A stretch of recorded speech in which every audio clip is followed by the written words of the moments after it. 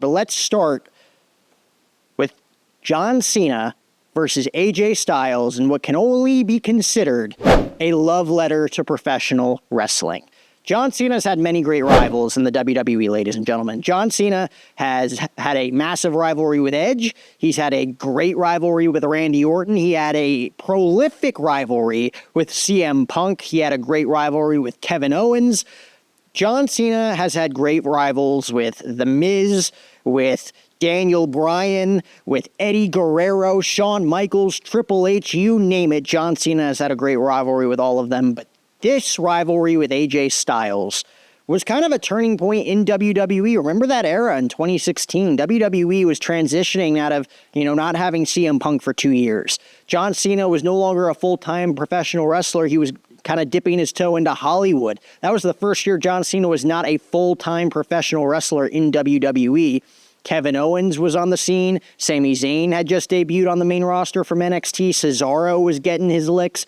Daniel Bryan had been retired at that point in time when it was a general manager on SmackDown. Hell, Shane McMahon was wrestling in main event matches in PLEs. That's where WWE was at that point in time.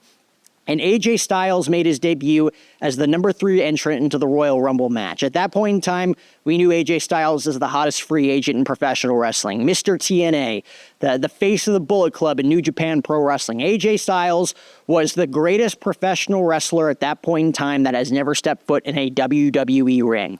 He faced Chris Jericho at WrestleMania. He faced Roman Reigns for the WWE Championship after WrestleMania at, I believe it was Payback and then Extreme Rules.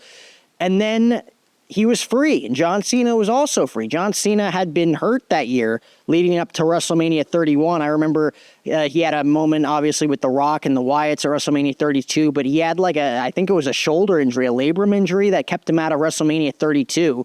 And John Cena came back for his full-time program leading up to SummerSlam that year. And then after SummerSlam, John Cena, he was out. He was doing movies. He was gone until the Royal Rumble after that. And AJ Styles was the one blessed enough to have a program with John Cena in what we can only assume at that point in time was a dream match. We never thought we were going to see it. Mr. WWE versus Mr. TNA. Yes, it was the PG era of WWE going up against the Bullet Club.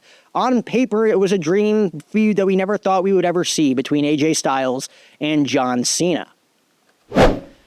But we didn't really factor in that we were going to get to see one of the greatest rivalries in WWE history, looking back at it 10 years later. AJ Styles versus John Cena is one of the more prolific rivalries in WWE history as of today's date, October 11th, 2025. AJ Styles versus John Cena was a classic at Money in the Bank. Gallows and Anderson get involved. It was kind of a cheap victory for AJ Styles, but nonetheless, he beat John Cena.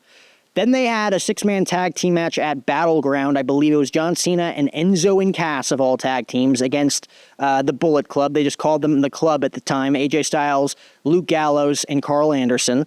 And then at SummerSlam, John Cena and AJ Styles put on what I can only say was the greatest match I ever got to witness live at the Barclays Center in Brooklyn, New York at SummerSlam. Mano y mano, tit for tat, John Cena versus AJ Styles at SummerSlam is one of the greatest matches I think wrestling's ever seen. AJ Styles picking up a monumental statement victory over John Cena, in which AJ Styles was then given the keys to run the kingdom in WWE. He was the WWE champion 3 weeks later, defeating Dean Ambrose for the WWE championship. He then pinned John Cena one more time in a triple threat match with Dean Ambrose at No Mercy that year before he eventually lost the title to John Cena. Another great epic match between John Cena and AJ Styles at the Alamodome in San Antonio, Texas, at the Royal Rumble. John Cena defeating AJ Styles for the first time ever in a one-on-one match to win his 16th ever WWE World Championship, tying him with Ric Flair at the time. He has since gone on to defeat Cody Rhodes and capture his 17th World Heavyweight Championship to break that record. But nonetheless, that was the last true monumental AJ Styles versus John Cena match we ever saw. We got to see him go one-on-one, I believe, on a SmackDown in 2018. John Cena picking up the win over AJ Styles, who was the WWE champion at the time, to qualify for a six-pack challenge for AJ Styles' WWE championship at Fastlane, I believe, that year in 2018. It's what it was before John Cena ultimately faced The Undertaker at WrestleMania. AJ Styles would go on to face Shinsuke Nakamura for the WWE Championship. But that was the last time. That was 7 years ago, was the last time John Cena versus AJ Styles ever took place.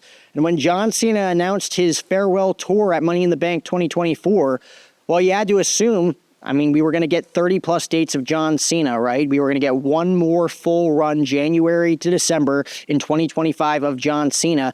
We were going to get to see him face CM Punk. We were going to get to see Randy Orton. We were assuming probably Kevin Owens, but of course Kevin Owens got hurt, so we couldn't see that rivalry one final time. And of course we were assuming we were going to get to see John Cena versus AJ Styles one final time in a WWE ring. It quite honestly was not looking that way. I mean, we got John Cena versus Randy Orton early. We got John Cena versus CM Punk relatively early. We got John Cena versus Cody Rhodes. We got to see him win the 17th World Heavyweight Championship. We got to see him in a match with R-Truth. Logan Paul got to share the ring with John Cena 3 different times. Drew McIntyre got to share the ring with him in a tag team match for all of about 2 minutes on SmackDown.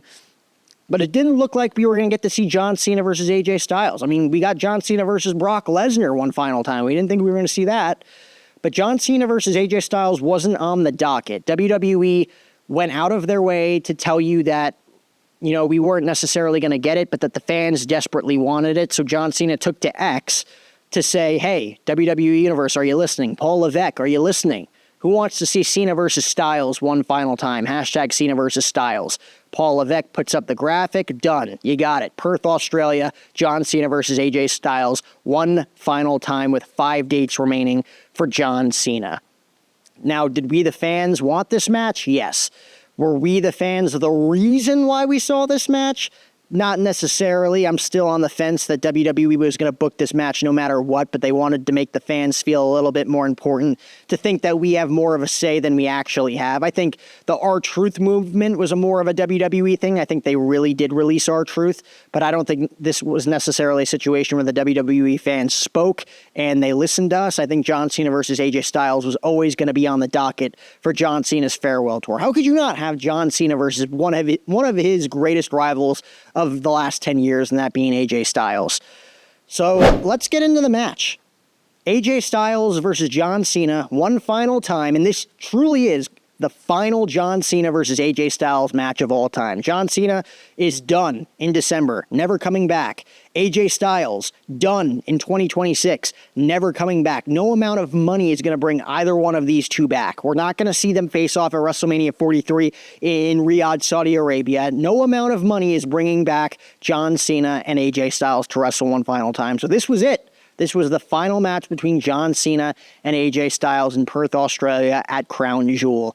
There was no doubt in my mind that the match was going to deliver. I was predicting a 5-star classic between the two no matter what. There was going to be no interferences, no Brock Lesnar to F5 both guys. Thank God they didn't book that to be the case, because John Cena and AJ Styles put on what I can only assume was a love letter to professional wrestling. They paid tribute to dozens of both WWE and TNA superstars of the past. John Cena obviously got his ring introduction of the greatest of all time, the never-seen 17, gracing Perth, Australia with his presence one final time. But he also had Alicia Taylor, the ring announcer, give AJ Styles his own special introduction. And I do want to add that AJ Styles was not just the phenomenal AJ Styles of WWE at Crown Jewel. No. He was the TNA version of AJ Styles. Came out in his TNA ring gear. He came out in his TNA necklace. That was the high flyer AJ Styles from Total Nonstop Action in TNA back in the early 2000s that came to the ring that night in Crown Jewel. And John Cena gave Alicia Taylor, AJ Styles, his own custom intro, saying the definition of Total Nonstop Action, TNA, the definition of TNA, which, you know, given WWE's partnership with TNA, it's not all that, you know, groundbreaking that they would mention TNA. The next one was a little bit more groundbreaking, calling him the ace and the ace and the undisputed boss of the Bullet Club, which is a New Japan Pro Wrestling reference, meaning that the WWE does not have a partnership with New Japan Pro Wrestling. If anything, AEW has a partnership with New Japan Pro Wrestling, and AJ Styles even said, holy shit, they just mentioned the Bullet Club on WWE programming in one of their more prolific matches of this PLE.